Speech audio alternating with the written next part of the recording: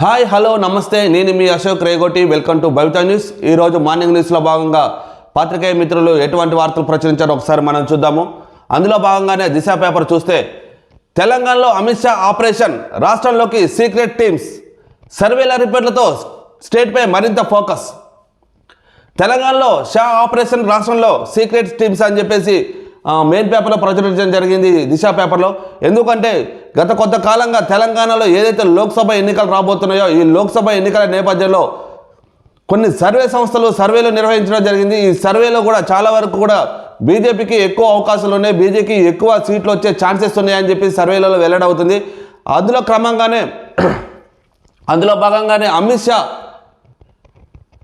తన టీంని రాష్ట్రంలోకి దింపడం జరిగింది. రాష్ట్రంలో వాళ్ళు కూడా సర్వే నిర్వహించుకొని ఏ ఒక్క వాళ్ళు నిలబెట్టిన అభ్యర్థుల పరిస్థితులు ఎలా ఉన్నాయి, వాళ్ళు ప్రజల దగ్గర వాళ్ళు ఎటువంటి మన్ననలు పొందారు, ప్రజల దగ్గర వాళ్ళకి ఉన్న పలుకుబడి ఎలా ఉంది అని చెప్పేసి తెలుసుకోవడం కోసం అమిత్ షా వాళ్ళ యొక్క టీంని రాష్ట్రంలోకి దింపడం జరిగింది.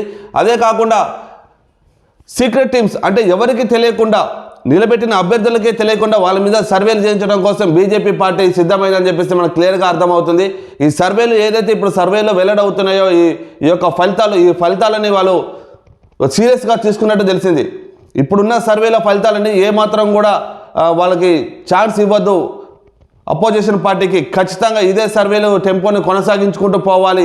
అదే క్రమంలో మనం ఎవరైతే అభ్యర్థులు నిలబెట్టామో ఆ అభ్యర్థులు ప్రజల దగ్గర వాళ్ళకి ఎటువంటి ప్రజలు వాళ్ళకి ఎలాంటి మద్దతు ఇస్తున్నారు. అమిత్ షా అయితే ఒక సీక్రెట్ ఆపరేషన్ నిర్వహించబోతున్నారు. బీజేపీ నాంపల్లి ఆఫీసులో కొన్ని బృందాల మకం, ఫీల్డ్లో రోజువారీగా మరికొన్ని టీమ్స్ పర్యటన. పార్టీ ఎంపీ అభ్యర్థులకు తెలియకుండా అబ్జర్వేషన్, తాజా పరిస్థితిపై ఎప్పటికప్పుడు నివేదికలు, ప్రచార వివరాలు సైతం షాకు అందజేత. అధిష్టానం నుంచి రాష్ట్ర లీడర్స్కు సూచనలు, ప్రచారం స్ట్రాటజీపై రెగ్యులర్గా దిశానిర్దేశం, డబుల్ డిజిటల్ స్థానాలు గెలిచేలా వ్యూహం, పార్టీ నెట్వర్క్కు అదనంగా ప్రత్యేక ఏర్పాట్లు. పార్టీ ఎంపీ అభ్యర్థులకు తెలియకుండానే అబ్జర్వేషన్. అదే ఇందాక మనం అనుకున్నాము, ఎవరైతే బీజేపీ పార్టీ అభ్యర్థులు లోక్సభ బరిలో దిగుతున్నారో, ఎవరైతే లోక్సభ ఎన్నికల్లో ఒక అభ్యర్థిగా నిలబెట్టారో ఆ అభ్యర్థికి తెలియకుండానే ఆయన మీద ఒక అబ్జర్వేషన్ పెట్టడం జరిగింది. దానికోసం కొన్ని బృందాలను దింపుతున్నారు. వాళ్ళు ప్రజల దగ్గర అసలు వాళ్ళకి ఎటువంటి ఆదరణ ఉంది ప్రజల్లో అని తెలుసుకునే, ముఖ్యంగా ప్రజల్లో వాళ్ళకి ఎటువంటి ఆదరణ ఉంది, వీళ్ళు గెలుస్తారా గెలవరా అని చెప్పేసి వీళ్ళు కూడా కొన్ని సర్వేలు నిర్వహించడం జరుగుతుంది. ఆ అభ్యర్థి ఎవరవుతున్నారో ఆ అభ్యర్థి మీద పూర్తి స్థాయిలో ఫోకస్ పెట్టడం అయితే జరుగుతుందని చెప్పేసి క్లియర్గా ప్రచురించడం జరిగింది. తాజా పరిస్థితులపై ఎప్పటికప్పుడు నివేదికలు, ప్రచార వివరాలు సైతం షాకు అందజేత. అధిష్టానం నుంచి రాష్ట్ర లీడర్షిప్ వరకు సూచనలు, ప్రచారం స్ట్రాటజీపై రెగ్యులర్గా దిశానిర్దేశం, డబుల్ డిజిట్ స్థానాలు గెలిచేలా వ్యూహం, పార్టీ నెట్వర్క్కు అదనంగా ప్రత్యేక ఏర్పాట్లు. ఎటు తిరిగి డబుల్ డిజిట్ అయితే సాధించాలి తెలంగాణలో. ఖచ్చితంగా ఈ తెలంగాణలో బీజేపీ పార్టీ ఇప్పుడున్న పరిస్థితిలో ఇంకా బలంగా తయారవ్వాలి. తెలంగాణలో ప్రత్యామ్నాయ పార్టీ, ఇప్పుడున్న అధికార పార్టీకి ప్రత్యామ్నాయం బీజేపీ అనేది తెలుసుకోవాలి. రోజువారీగా బలం పుంజుకుంటుంది తెలంగాణలో బీజేపీ అని చెప్పేసి క్లియర్గా అధిష్టానానికి అయితే అర్థమైంది. ఈసారి ఈ ఛాన్స్ని వదులుకోవద్దు. ఎలాగైనా సరే ఈ లోక్సభ వేడి ఇలాగే కొనసాగించాలి. ప్రజల్లో ఉన్న ఇప్పుడు ఏదైతే గత ప్రభుత్వాల మీద వ్యతిరేకత ఏదైతే ఉందో దాన్ని మనం క్యాష్ చేసుకోవాలని చెప్పేసి బీజేపీ పార్టీ చూస్తుందని క్లియర్గా అర్థమవుతుంది. సౌత్ ఇండియా విస్తరణకు తెలంగాణ గేట్ ఆఫ్ వేగా భావిస్తున్న బీజేపీ ఈసారి లోక్సభ ఎన్నికల రాష్ట్రంలో డబుల్ డిజిట్ స్థానంలో విజయం సాధించాలని లక్ష్యంగా పెట్టుకుంది. ఇందులో భాగంగానే రాష్ట్ర నాయకత్వంలో పలుమార్లు అగ్రనేతలు సమావేశాలు నిర్వహించారు, దిశానిర్దేశం కూడా చేశారు. మే 1 వీక్ నుంచి కొన్ని సభలో పాల్గొంటామని హామీ ఇచ్చారు. వీలైనన్ని ఎక్కువ స్థానాల్లో విజయం సాధించేందుకు ఆ పార్టీ సీనియర్ నేత అమిత్ షా రాష్ట్రానికి ప్రత్యేకంగా కొన్ని బృందాలను పంపించారు. ఇందులో కొన్ని నాంపల్లిలోని పార్టీ స్టేట్ ఆఫీసులో ఉండగా మరికొన్ని ఫీల్డ్లో పార్టీ తాజా పరిస్థితులపై అధ్యయనం చేస్తున్నాయి. క్షేత్రస్థాయిలో అభ్యర్థుల ప్రచారం తీరుతెన్నులతో పాటు ఆ పార్టీ నుంచి లభిస్తున్న సహకారం, స్టేట్ లీడర్షిప్ తీసుకున్న చొరవ తదితరాలను సంబంధించిన నివేదికను అమిత్ షాకు పంపుతున్నాయి. ఆల్రెడీ అమిత్ షా కొన్ని బృందాలను అయితే రాష్ట్రానికి పంపించడం జరిగింది. వాళ్ళు కొన్ని బృందాల రాష్ట్రంలో విస్తృతంగా పర్యటించి వారు ఎక్కడెక్కడైతే అభ్యర్థులు నిలబెట్టారో ఆ అభ్యర్థుల పరిస్థితులు ఏంటని తెలుసుకునే ప్రయత్నం చేస్తున్నారు.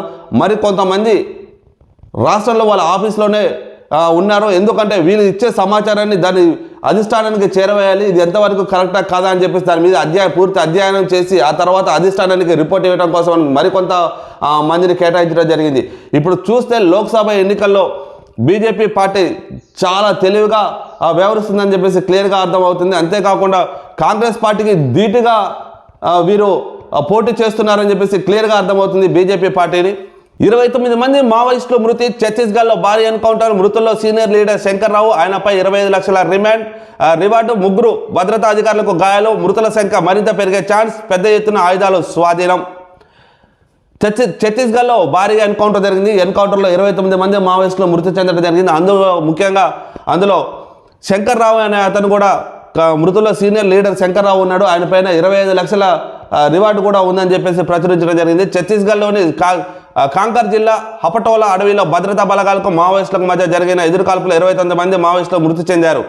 ఎన్కౌంటర్ జరిగిన విషయాన్ని Bastar range inspector general of police P Sundar Raj వెల్లడించారు. సీనియర్ క్యాడర్ శంకర్, లలిత, రాజు తదితరులు అక్కడ ఉన్నారనే పక్క సమాచారంతోనే ఆధారంగా ఈ ఆపరేషన్ ప్రారంభించినట్టు ఆయన తెలిపారు. ఏడాదిలోపు ప్రభుత్వం కూలిపోతుంది, బీజేపీలోకి రేవంత్ రెడ్డి జంపు కొడతాడేమో అని చెప్పేసి ఒక అనుమానాన్ని కూడా వ్యక్తం చేశారు మాజీ సీఎం కేసీఆర్. గత కొంతకాలంగా ఈ వార్తలు హల్చల్ చేస్తూనే ఉన్నాయి. ఒక పక్క బీజేపీ, ఒక పక్క బీఆర్ఎస్. అసలు ప్రభుత్వం ఉంటుందా ఉండదా, లోక్సభ ఎన్నికల తర్వాత కాంగ్రెస్ ప్రభుత్వం ఉంటుందా ఉండదా అని చెప్పేసి కొన్ని అనుమానాలు వ్యక్తం చేస్తున్నారు.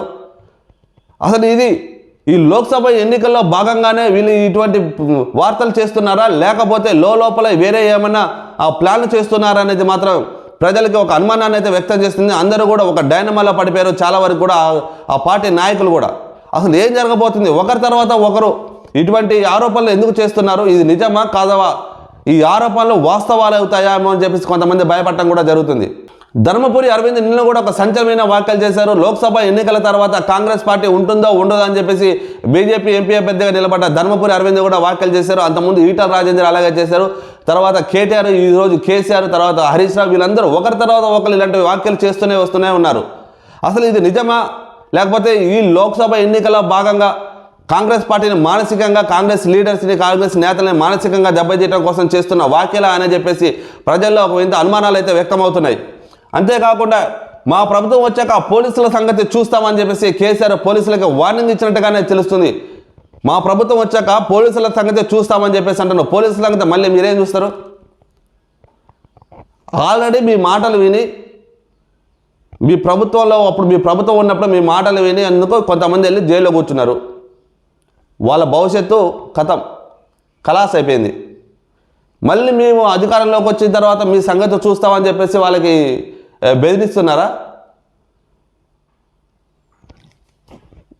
ఈ మాటలో బీజేపీలోకి రేవంత్ రెడ్డి జంపు కొడతాడేమో, రాష్ట్రంలో లిల్లీ పుట్టుగల పాలన, సీఎం మాటల్లో భయం కనిపించిందని చెప్పేసి కేసీఆర్ ఒక సంచలనమైన వ్యాఖ్యలు అయితే చేశారు. రాష్ట్రంలో లిల్లీ పుట్టుగల పాలన సాగుతుంది, ఖచ్చితంగా రేవంత్ రెడ్డి బీజేపీలోకి వెళ్తాడేమో అని చెప్పేసి ఒక అనుమానాన్ని కూడా వ్యక్తం చేశారు కేసీఆర్. కేసీఆర్కు ఈసీ నోటీస్, సిరిసిల్లలో కుక్కల కొడుకులారాతో పాటు మరికొన్ని కామెంట్లు, రేపు ఉదయం 11 గంటలకల్లా విచారణ ఇవ్వాలని స్పష్టీకరణ. ఈయన ఇస్తాడా? ఈయన వాళ్ళకి స్పష్టీకరణ ఇస్తాడా? సిరిసిల్లలో కుక్కల కొడుకులారా అని చెప్పేసి ఇంకో కొన్ని భారీ మాటలు చెప్పారు. ఇప్పుడున్న ప్రభుత్వాన్ని అయితే ముఖ్యంగా రేవంత్ రెడ్డిని ఉద్దేశించి చాలా ఘాటైన విమర్శలు చేశారు కేసీఆర్. దాని గురించి ఈసీ ఆయనకు నోటీసులు పంపించింది. మాకు 11 గంటలకల్లా దాని గురించి పూర్తి వివరాలు మాకు ఇవ్వాలి అని చెప్పేసి ఆయనకి ఈసీ నోటీసులు పంపించింది. నేను ఇస్తారని మీరు అనుకుంటున్నారా? నాకైతే నమ్మకం లేదు.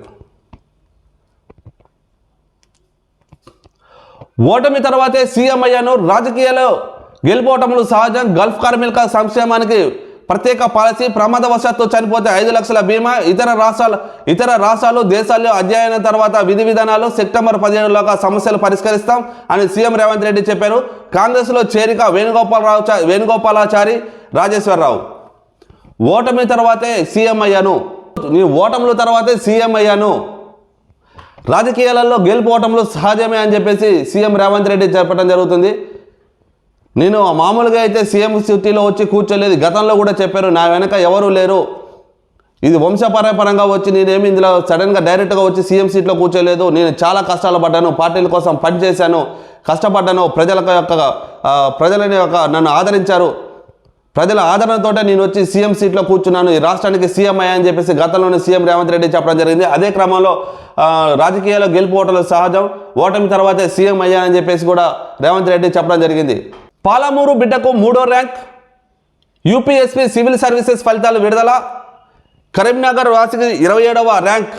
యూనియన్ పబ్లిక్ సర్వీసెస్ కమిషన్ 2023 ఏడాదికి సంబంధించిన సివిల్ సర్వీసెస్ పరీక్షా ఫలితాలు తెలంగాణకు చెందిన విద్యార్థులు సత్తా చాటారు. మంగళవారం రిజల్ట్స్ రిలీజ్ కాగా అందులో మహబూబ్ నగర్ జిల్లా అడ్డాకుల మండలం పొన్నకల్ గ్రామానికి చెందిన దోనూరు అనన్యారెడ్డి జాతీయ స్థాయిలో మూడో ర్యాంక్ సాధించారు.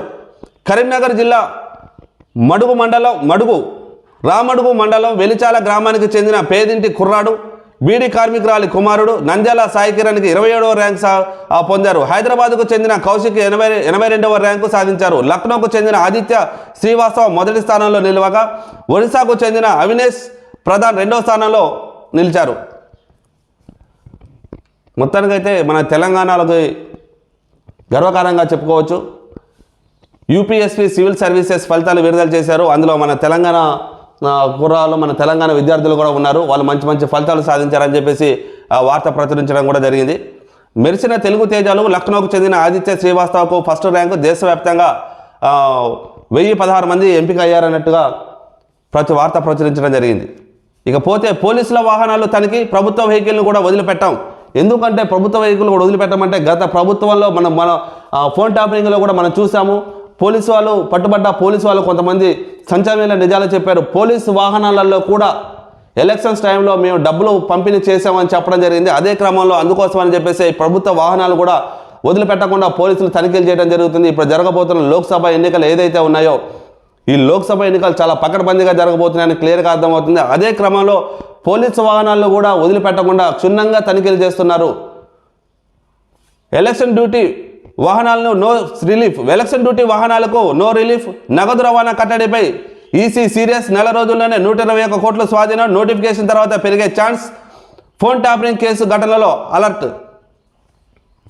ఇందాక మనం అనుకున్నాం ఫోన్ ట్యాపరింగ్ కేసు ఘటనలతో ఇదంతా అలర్ట్ అయింది. ఫోన్ ట్యాపరింగ్ కేసులో వాళ్ళు చెప్పిన నిజాలు ఏదైతే ఉన్నాయో ఖచ్చితంగా పోలీస్ వాహనాలలోనే, ప్రభుత్వ వాహనాలలోనే మేము డబ్బును పంపిణీ చేశామని చెప్పేసి చెప్పారు. అదే క్రమంలో మరి అలాంటి మళ్ళీ పునరావృతం కాకూడదు అని చెప్పేసి ఏదైతే ప్రభుత్వ వాహనాలు ఉన్నాయో ఆ వాహనాలను కూడా క్షుణ్ణంగా తనిఖీలు చేయడం మొదలుపెట్టారు. అంతేకాకుండా నెల రోజుల్లోనే 121 కోట్లు స్వాధీనం చేసుకున్నారు. ఇప్పటి వరకు అక్రమంగా తరలిస్తున్న ధనం ఏదైతుందో, డబ్బు ఏదైతుందో ఆ డబ్బు 121 కోట్ల రూపాయల డబ్బుని పోలీసులు వాళ్ళు స్వాధీనం చేసుకున్నారు. అంతేకాకుండా నోటిఫికేషన్ పడితే ఇంకా ఎక్కువ సంఖ్యలో డబ్బు దొరికే ఛాన్సెస్ ఉంది అని చెప్పేసి అనుమానాలు కూడా వ్యక్తమవుతున్నాయి. ఇక వెలుగు పేపర్ తీసుకుంటే సివిల్స్లో పాలమూరు బిడ్డకు 3rd ర్యాంక్, సత్తా చాటిన అనన్యారెడ్డి బీడీ కార్మికురాలి కొడుకు 27వ ర్యాంక్, 231వ ర్యాంక్ సాధించిన రైతు కూలీ బిడ్డ. యూపీఎస్ ఫలితాల్లో మెరిసిన తెలుగు తేజాలు. తెలంగాణ, ఏపీ నుంచి 60 మంది దాకా ఎంపిక. సివిల్స్ టాపర్గా యూపీ వాసి ఆదిత్య శ్రీవాస్తవ అని చెప్పేసి వార్త ప్రచురించడం జరిగింది.